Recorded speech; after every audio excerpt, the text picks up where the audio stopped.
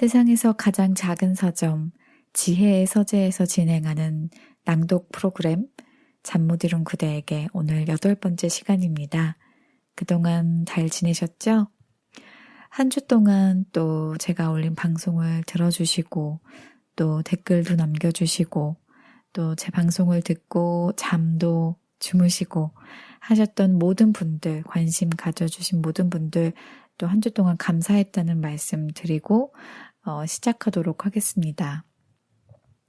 오늘도 잠 못 이루셔서 괴로워하시는 분들 위해서 제가 책을 골라왔고요.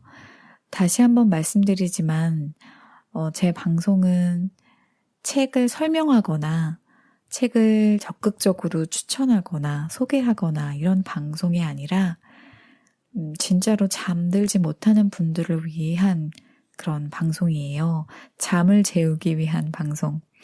제가 첫 화 때 신영철의 슬픔을 공부하는 슬픔 책을 읽어드리면서 설명을 했었죠. 그런데 또 중간부터 들으시는 분들은 이게 책 관련 방송인가? 책 소개하는 방송인가? 이렇게 오해하시는 분들이 있을 수도 있다는 생각이 들어서 다시 한번 설명을 드립니다.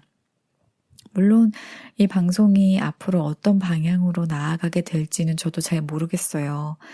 제가 계획대로 되지 않는 이 세상을 너무 잘 알기 때문에 특별히 딱 정해놓은 그런 목표나 계획 같은 건 없거든요. 단지 잠들지 못하는 그 누군가를 위해서 방송을 하고 싶다. 이거 한 가지만 정확하게 알고 있는 상황이라서. 그렇지만 지금은 어쨌든 저의 방송의 주된 목적은 책 소개가 아니라 누군가를 재우는 것이기 때문에 그 점은 꼭 알아주셨으면 하는 마음입니다. 네, 그러면 오늘도 잠 못 이루는 분들을 위해서 책 읽어드릴 텐데요. 오늘 제가 고른 책은 배우 봉태규 아시죠? 봉태규 배우가 벌써 책을 2번째 냈어요. 이번에 나온 책은 우리 가족은 꽤나 진지합니다 라는 에세이인데요. 며칠 전에 문학 잡지를 보고 이 책에 관심을 갖게 됐어요. 오늘은 이 책을 읽어드리면서 여러분들을 재워드리도록 하겠습니다. 이 책의 각 에피소드가 좀 짧기 때문에 오늘은 에피소드 3개를 여러분들에게 읽어드리도록 할게요. 자, 그럼 잘 준비되셨죠? 지금부터 책 읽어드릴게요.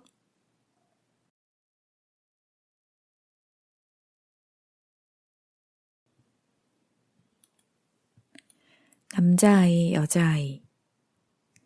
누군가는 나에게 그렇게 얘기합니다. 시아가 아들인지 딸인지 모르겠다고. 누군가는 나에게 또 이렇게 얘기합니다.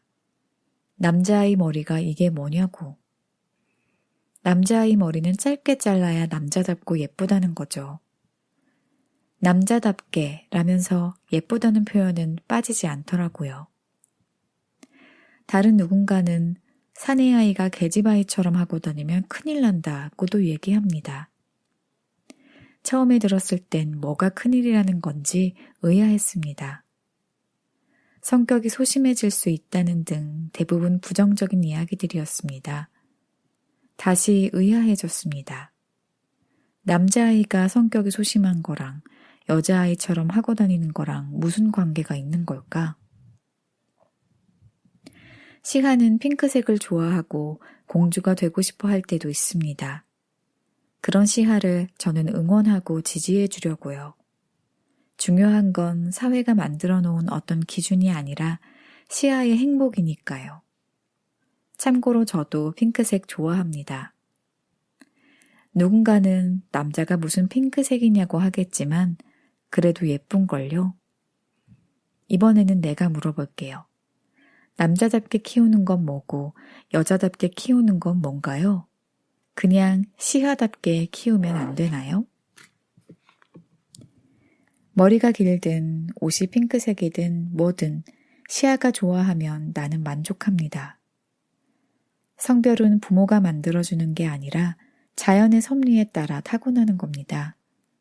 그렇지만 편견은 누군가가 억지로 부여하는 거예요.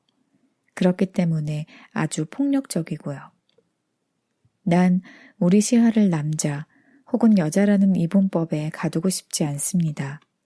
그냥 시아가 하고 싶은 것, 되고 싶은 것을 지지하고 응원하려고 합니다. 그게 무엇이든 말입니다. 그래야 시하가 좋은 사람이 될 테니까요. 물론 저도요.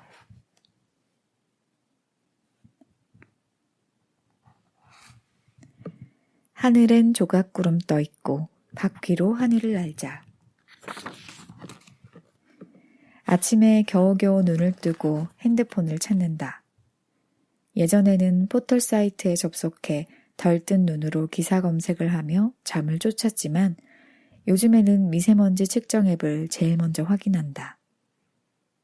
갈수록 공기질이 낮아지는 것 같은데 최근에는 맑은 날을 거의 볼 수가 없다. 나처럼 어린아이를 키우는 부모들은 이런 날씨가 여간 곤혹스러운 게 아니다. 에너지가 넘치는 아이들을 집에만 묶어놔야 한다는 건 그만큼 내 에너지를 아이에게 쏟아부어야 한다는 뜻이다. 아파트는 층간소음 때문에 집안에서 마음껏 뛰어놀게 할 수도 없으니 참 난감하다. 오로지 말과 상체로 3살박이 아이와 논다는 건 로마 검투사와 싸워야 하는 사자에게 이빨 사용 금지, 앞다리 사용 금지, 오직 꼬리와 뒷발로만 상대할 것이라고 얘기하는 것과 같다. 물론 사자가 말을 알아듣고 고개를 끄덕일리는 만무하지만 제약된 환경에서 놀기 시작하면 아이는 금방 실증을 내게 일수다. 그리고 어김없이 놀이터에 가자고 얘기한다. 나는 아무 일 아니라는 듯 지금은 밖에 먼지가 너무 많아서 나갈 수 없다고 설명한다. 시하는 감기에 걸려서 소아과에 가면 콧물 빼주는 과정을 특히나 싫어한다. 소리에 민감한 아이라 치익치익하며 요란하고 시끄럽게 작동하는 장비에 질색한다. 아주 강한 압력으로 코 속에 작은 튜브를 넣어 목과 비강의 콧물을 강제로 빼내는 건 나라도 너무나 싫다. 한 번도 해본 적은 없지만 소아과에서 시야를 볼 때마다 하기 싫겠다고 생각하게 된다. 지금 미세먼지가 많은데 밖에 나가면 감기에 걸리고 그러면 저번처럼 병원에 가서 콧물을 빼야 해 라고 얘기하면 시하는 금세 사색이 되어서 포기한다. 바로 알아들어서 다행이기는 하지만 야외에서 마음껏 뛰어놀고 싶어 하는 아이에게 이렇게까지 해야 하나 싶어 속상할 때가 한두 번이 아니다. 내가 어릴 적에 미래가 배경인 영화와 만화, 게임이 많았다. 서기 2000 몇 년으로 거창하게 시작하는 이야기 말이다. 우리가 예측할 수 없는 한참 후의 미래라 그런지 부정적인 이미지들이 많았다. 빈부격차가 심해지고 컴퓨터의 통제를 받게 되며 3차 세계대전이 발발하는 등 기본적으로 미지의 세계에 대해 호기심도 있지만 두려움이 상대적으로 더 커서 그런지 이야기 속 미래사회는 대부분 아주 암울했다. 신기하게도 그중 환경 파괴나 전쟁으로 인해 먼지가 가득 쌓인 도시가 자주 등장했다. 물을 지배하는 계급이 있고 공기를 사서 마셔야 하는 그런 미래 도시. 하늘을 나는 자동차는 실제로 곧 생길 것 같았다. 하지만 물을 사야 한다든가 먼지로 뒤덮인 뿌연 도시에서 산소 마스크를 쓰고 산다거나 공기를 사기 위해서 어마어마한 돈을 지불해야 하는 모습은 말도 안 된다고 생각했다. 알 수 없는 미래를 상상만 했던 어린 내가 이제는 그 미래에 살고 있다. 서기 2020년이 다 되어가지만 애석하게도 자동차는 아직 땅 위만 싱싱 달리고 있다. 바퀴가 접혀서 하늘을 날 수 있을 줄 알았는데 그게 아니었다. 운전을 하면서부터 내 차 뒤에 실린 스페어 타이어를 보고 여기에 하늘을 날 수 있는 엔진을 달았다는 거지? 하고 생각한 적이 있다. 이 아이디어를 처음 떠올린 사람은 분명 면허가 없었을 거라는 확신을 하게 된다. 과거의 미래였던 지금, 당연히 하늘에 새로운 형태의 도로는 생겨나지도 않았다. 다행히 핵전쟁이 발발하진 않았으나 지구인들의 환경 파괴로 도시에 잿빛 먼지가 가득하다. 암울했던 상상과 하나 다른 점이 있다면 도시가 황폐해지지는 않았다는 것이다. 사람들이 생활하는 공간이 잿빛으로 물들어 있을 뿐 말이 씨가 된다고. 그때 사람들에게 긍정적인 미래를 다시 그려달라고 떼쓰고 싶은 심정이다. 다시 핸드폰을 확인한다. 미세먼지 앱은 빨간색 경고 표시를 띄우고 절대 나가지 말라고 한다. 공기청정기에 전원을 켜고 다시 시야와 놀아준다. 아파트 거실 통창으로 과거에 그렸던 미래가 펼쳐지고 있다. 뿌연 하늘과 그 먼지에 가려진 태양. 앞으로는 시야와 물감놀이를 할 때 파란색을 집으며 하늘색이라고도 못할 수 있겠다는 생각이 든다. 회색이나 갈색을 집어서 하늘을 칠하려고 할 때 아니야, 하늘은 파란색이야 라고 시야하게 얘기하면 꼰대라고 생각할까? 어릴 적에 무슨 설명을 하든 당신의 옛날 얘기를 끄집어내는 아버지가 나는 참 답답하고 이해하기 힘들었다. 지금은 알 수 없는 예전 것들을 계속 얘기한들 내가 알아들을 수가 없다. 어쩌란 거지? 옛날에, 예전에, 그래서 뭐? 지금은 아니잖아. 지금은 그냥 지금인데. 라는 괜한 툴툴거림도 있었다. 이상한 잔소리 같기도 하고. 시아야, 아빠 어릴 적에는 정말 하늘이 파란색이었어. 때론 하늘에 구름이 많기도 하고 없기도 했어. 가을에는 하늘이 아주 높아 보였어. 그러니까 파란색 배경에 하얀 구름이 둥실둥실 떠다니는 그런 느낌? 뭐래?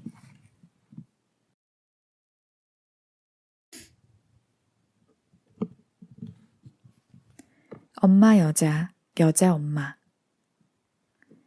나는 직업란에 연예인이라고 표기하지만 스스로 프리랜서라고 생각한다. 연예인이지만 프리랜서란 뜻은 일이 있을 때도 있고 없을 때도 있다는 말이다. 사진을 찍는 원지도 직업란에 포토그래퍼라고 표기하지만 나와 똑같은 프리랜서다. 나와 차이점이 있다면 원지에게는 일정하게 일이 들어온다. 그 말은 한 달을 단위로 돈이나 시간 등을 계획적으로 생각하고 계산할 수 있다는 뜻이다.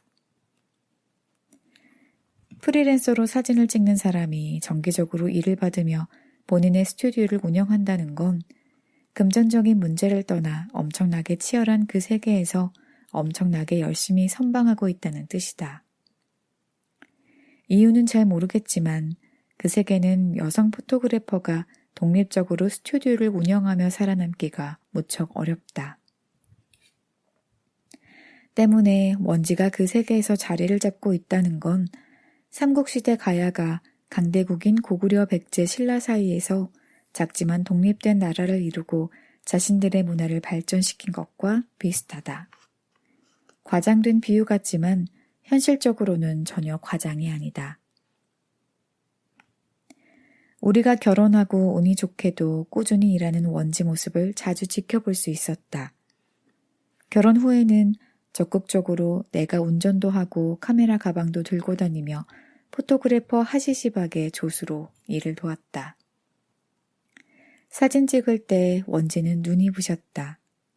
한 컷 한 컷 셔터를 누를 때마다 컷을 결정하는 원지의 확신이 나에게까지 전해져서 마음 여러 곳을 예리하게 찔러댔다.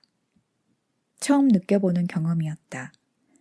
사진을 찍는다는 것이 얼마나 박력 넘치는 행위인지 절절히 깨달았다. 원지의 어시스턴트를 하지 않았다면 이런 생생한 사실감은 알 수 없었을 것이다. 원지는 임신을 했지만 일할 때 그건 전혀 문제가 되지 않았다. 오히려 몸이 따라주지 않는 부분을 금방 파악해서 임신하기 전보다 훨씬 더 효율적으로 촬영을 했다. 나와 결혼하고 임신했던 즈음 하시시박의 사진은 그래서인지 간결하고 명확하지만 담백함을 품은 작품이 아주 많다. 아직도 놀랍다고 생각하는 것은 필름 한 롤을 현상했을 때다. 단 한 컷도 버릴 사진이 없었던 적이 많았다. 필름 카메라를 찍어본 사람들이라면 이게 얼마나 신기한 일인지 알 것이다. 이런 대단한 모습으로 일하고 있었지만 애석하게도 임신한 포토그래퍼에게 일을 맡기는 사람이 점점 줄어들었다. 효율적이지 못하다고 판단한 것이다. 뱃속에 아이가 있으니 당연히 몸이 힘들고 작업은 더딜 것이며 결과물에 미치는 영향 또한 좋지 않겠지. 대충 이런 식의 논리 회로가 작동한 게 아닌가 싶다. 아이러니하게도 임신을 했기 때문에 더 효율적이고 간결하게 일하게 된 원지의 모습은 클라이언트에게 보이지 않았다. 클라이언트 눈에는 그저 임신으로 배가 나와 몸이 불편한 유부녀만 보였던 것이다. 출산을 하고 나서도 상황은 크게 나아지지 않았다. 아이가 태어나고 나니 이제는 시하가 걸림돌이 되었다. 갓난쟁이가 있으니 당연히 효율적으로 스케줄을 잡지 못할 거야. 아이를 돌봐야 하는 엄마가 예전처럼 움직일 수 있겠어? 등등. 저 추측이 어떤 근거로 나왔는지 모르겠지만 클라이언트에게는 아주 그럴싸한 설득이 됐다. 이런 현실에 분개하는 나와 달리 원지는 의연했다.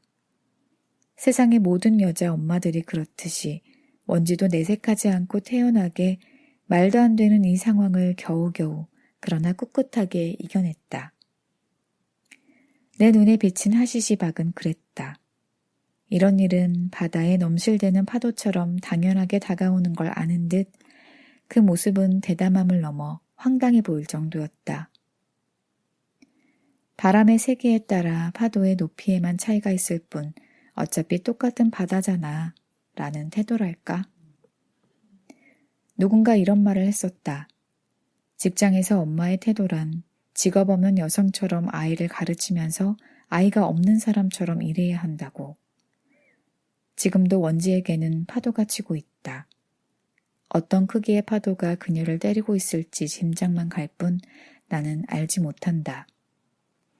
태풍이 지나갔다 해도 아마 알지 못할 것이다. 엄마 여자인 원지에게는 그냥 바다일 뿐이니까.